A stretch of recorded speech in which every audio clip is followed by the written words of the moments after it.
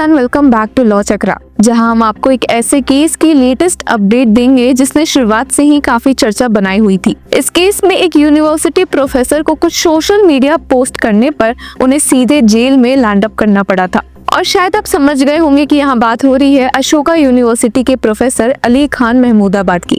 एक फेसबुक और Instagram post ने उनकी जिंदगी को पलट ही दिया था। उन्हें 18 मई को अरेस्ट किया गया और हरियाणा पुलिस ने उन पे भारतीय सुरक्षा और कम्युनल डिसहार्मनी के खिलाफ काम करने जैसे आरोप लगा दिए थे। अब अरेस्ट के खिलाफ जब महमूदाबाद की तरफ से सीनियर एडवोकेट कपिल सिब्बल ने सुप्रीम कोर्ट का रुख लिया था, तो जस्टिस सूर्यकांत और एनके सिंह की बेंच ने उन्हें इंटरिम रिलीफ तो दी थी, पर साथ ही हरियाणा के डायरेक्टर जनरल ऑफ पुलिस को 24 घंटे के अंदर एक स्पेशल इन्वेस्टिगेशन टीम बनाने का ऑर्डर दिया था। और सिर्फ हरियाणा से नहीं, एसआईटी के ऑफिसर्स ऐसे होंगे जो ना हरियाणा से हो और ना दिल्ली से, मतलब कि इम्पार्शियलिटी का ध्यान रखा था सुप्रीम कोर्ट ने। अब टीम में एक वुमेन ऑफिसर भी होना जरूरी था और एसआईटी को लीड करेगा एक आईजी रैंक ऑफिसर, जिसके साथ 2 एसपी रैंक ऑफिसर्स होंगे। हालांकि मसला अब ऐसा उठा है कि इसी एसआईटी ने अब अपना स्कोप बढ़ा दिया है, जो देखकर सुप्रीम कोर्ट काफी नाराज हुई और एक बार फिर सीनियर एडवोकेट कपिल सिब्बल बहस करते हुए उनके सामने दिखे हैं। तो चलिए देखते हैं कि क्या हुआ है, सुप्रीम कोर्ट के स्ट्रिक्ट रिमार्क्स क्या थे। अगर अभी हम एक फ्लैशबैक लें तो अली खान ने अपने पोस्ट में कर्नल सोफिया कुरैशी और विंग कमांडर व्योमिका सिंह का भी जिक्र किया था, जिन्होंने ऑपरेशन सिंदूर पर मीडिया ब्रीफिंग्स दी थी। लेकिन उनका मकसद उनको अंडरमाइन करना नहीं था, बल्कि हिपोक्रेसी को एक्सपोज करना था, जैसा कि उनका मानना है। उन्होंने अपने सोशल मीडिया पोस्ट पर लिखा था कि the optics of 2 women soldiers presenting their findings is important, but if it doesn't translate into reality it's just hypocrisy. उन्होंने ये भी कहा था कि अगर राइट विंग लोग कर्नल कुरैशी के लिए क्लैप्स बजा रहे हैं तो उन्हें मॉब लिंचिंग्स, बुलडोजर पॉलिटिक्स और मुस्लिम कम्युनिटीज के खिलाफ अट्रॉसिटीज पर भी उतना ही वोकल होना चाहिए था।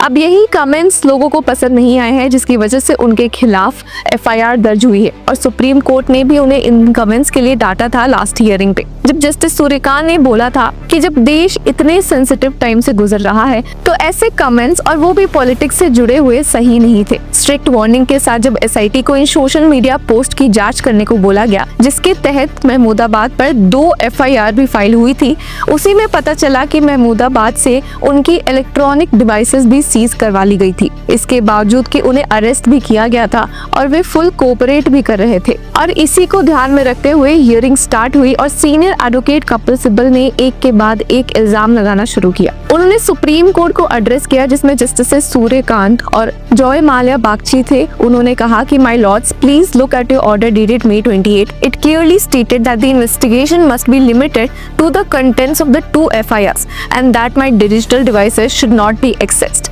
उन्होंने कहा कि आपके ऑर्डर में ये सब कहा गया था, पर इसके बावजूद भी ऐसा कुछ फॉलो नहीं हुआ है। और उन्होंने ये भी बोला कि now they will ask where you have travelled, how is that relevant. अब यहाँ पर हियरिंग के दौरान सीनियर एडवोकेट कपिल सिब्बल ने बताया कि एसआईटी उनसे ये पूछ रही है कि आप 10 साल पहले इस ट्रिप पे क्यों गए थे, वहाँ क्यों गए थे। और इसी पर सीनियर एडवोकेट सिब्बल ने साफ साफ पूछा कि ये रेलेवेंट कैसे है। इस पर जस्टिस सूर्यकांत ने भी कहा, we don't wish to interfere with the investigation but it must proceed in the proper manner. There are 2 post or articles that led to the 2 FIRs. We never intended to take over the investigative role. That's why we directed the SIT to analyze the language in those posts and specify exactly which line or paragraph is alleged to constitute an offense. यानी कि supreme court ने भी ये clear किया कि उन्होंने सिर्फ इन 2 controversial social media post, जिसके थ्रू 2 FIRs महमूदाबाद पर फाइल हुए हैं, उनपे ही जांच करने को SIT को कहा था।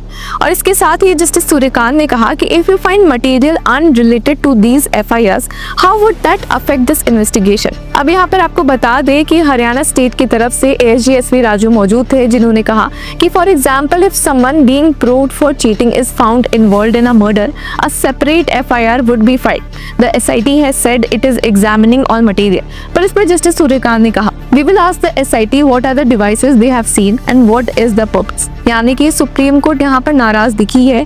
उन्होंने सीधे सीधे कहा कि वो एसआईटी को ही समन करेंगी, उनको ही बुलाकर पूछ लेगी कि उन्होंने कौन से डिवाइसेस लिए हैं और किस पर्पस से लिए हैं। जिसके बाद जस्टिस सूर्यकांत का एक बहुत ही इंपॉर्टेंट ऑब्जर्वेशन आया। उन्होंने कहा कि why is the SIT misguiding itself, यानी कि सुप्रीम कोर्ट ने जो उनके लिए पाथ रेडी रखा था, जो उनके लिए जांच का स्कोप रखा था, उसके बाहर एसआईटी जा रही है। इस पर ही जस्टिस सूर्यकांत ने फर्दर कहा, the SIT can always say that in this investigation there has been no material found, but during the course some material has been found and we are looking into it independently. और ये सब observation देख के साफ दिखा कि supreme court नाराज है, जिसके बाद उनका ऑर्डर आया। We have considered the submissions regarding the scope of the investigation as per the earlier orders.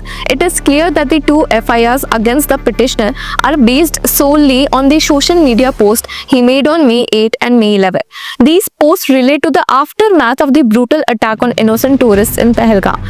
After an initial review of the 2 posts, the court permitted the investigation to proceed in order to fully understand the language used and properly interpret the expressions in them. However, given concerns raised about the scope of the probe, the court made it absolutely clear that the SIT's investigation must remain limited to the 2 FIRs. यानी कि supreme court ने साफ साफ कह दिया कि जो SIT का प्रोब है, जो उनका स्कोप है, वो सिर्फ इन 2 FIRs तक सीमित रहना चाहिए।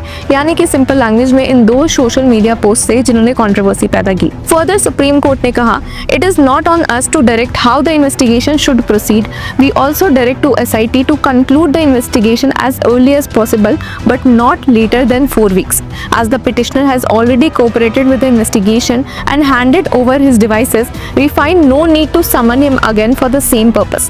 To remove any confusion about the conditions in paragraph 6 of the May 21 order, we clarify that the petitioner is free to publish online posts or articles and express his views, provided he does not comment on matters that are sub judice. The interim protection from arrest will remain in force. और जिसके साथ ही justice Suryakant ने एक तीखी बात भी कही थी रिस्पोंडेंट्स के लिए, हरियाणा स्टेट के लिए, एसआईटी के लिए, you don't require him, you require a dictionary. यानी कि सुप्रीम कोर्ट ने बेसिकली कहा है कि ये इंटरिम प्रोटेक्शन जो उन्होंने महमूदाबाद को दी है वो चलेगी, और साथ ही एसआईटी को क्लियरली समझा दिया गया है कि उनका स्कोप क्या है। और वैसे भी कोर्ट ने एक इंपॉर्टेंट कंडीशन खुद लगाई थी महमूदाबाद पर कि उन्हें अब किसी तरह का पोस्ट, आर्टिकल या ओपिनियन नहीं देना है जो कि इस मामले से जुड़ा हुआ होगा या इंडिया के खिलाफ हुए टेररिस्ट अटैक और उसके जवाब पर बेस्ड होगा।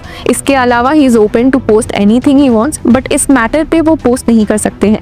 अभी कंडीशन एक तरह का टेम्परेरी मजल है। कोर्ट ने क्लियरली सिग्नल दिया है कि फ्रीडम ऑफ स्पीच भी किसी कंटेक्स्ट के अंदर ही होना चाहिए जब देश किसी इमरजेंसी या नेशनल ट्रॉमा से गुजर रहा हो। अब उन पे चार्जेस भी ये लगाए गए थे भारतीय न्याय संहिता के सेक्शन 196, 152 जैसे प्रोविजंस के अंडर, जिसमें कम्युनल हार्मनी बिगाड़ना, नेशनल सोवरेनिटी को एंडेंजर करना और वुमेन की मॉडेस्टी को इंसल्ट करने वाले जेस्चर्स या वर्ड्स शामिल है। अब ये केस कितना कंट्रोवर्शियल है हम सभी जानते हैं, तो व्यूअर्स क्या आप सुप्रीम कोर्ट के इस ऑर्डर से अग्री करते हैं? हमें कमेंट सेक्शन में जरूर बताएं, और तब तक के लिए कीप फॉलोइंग लॉ चक्रा।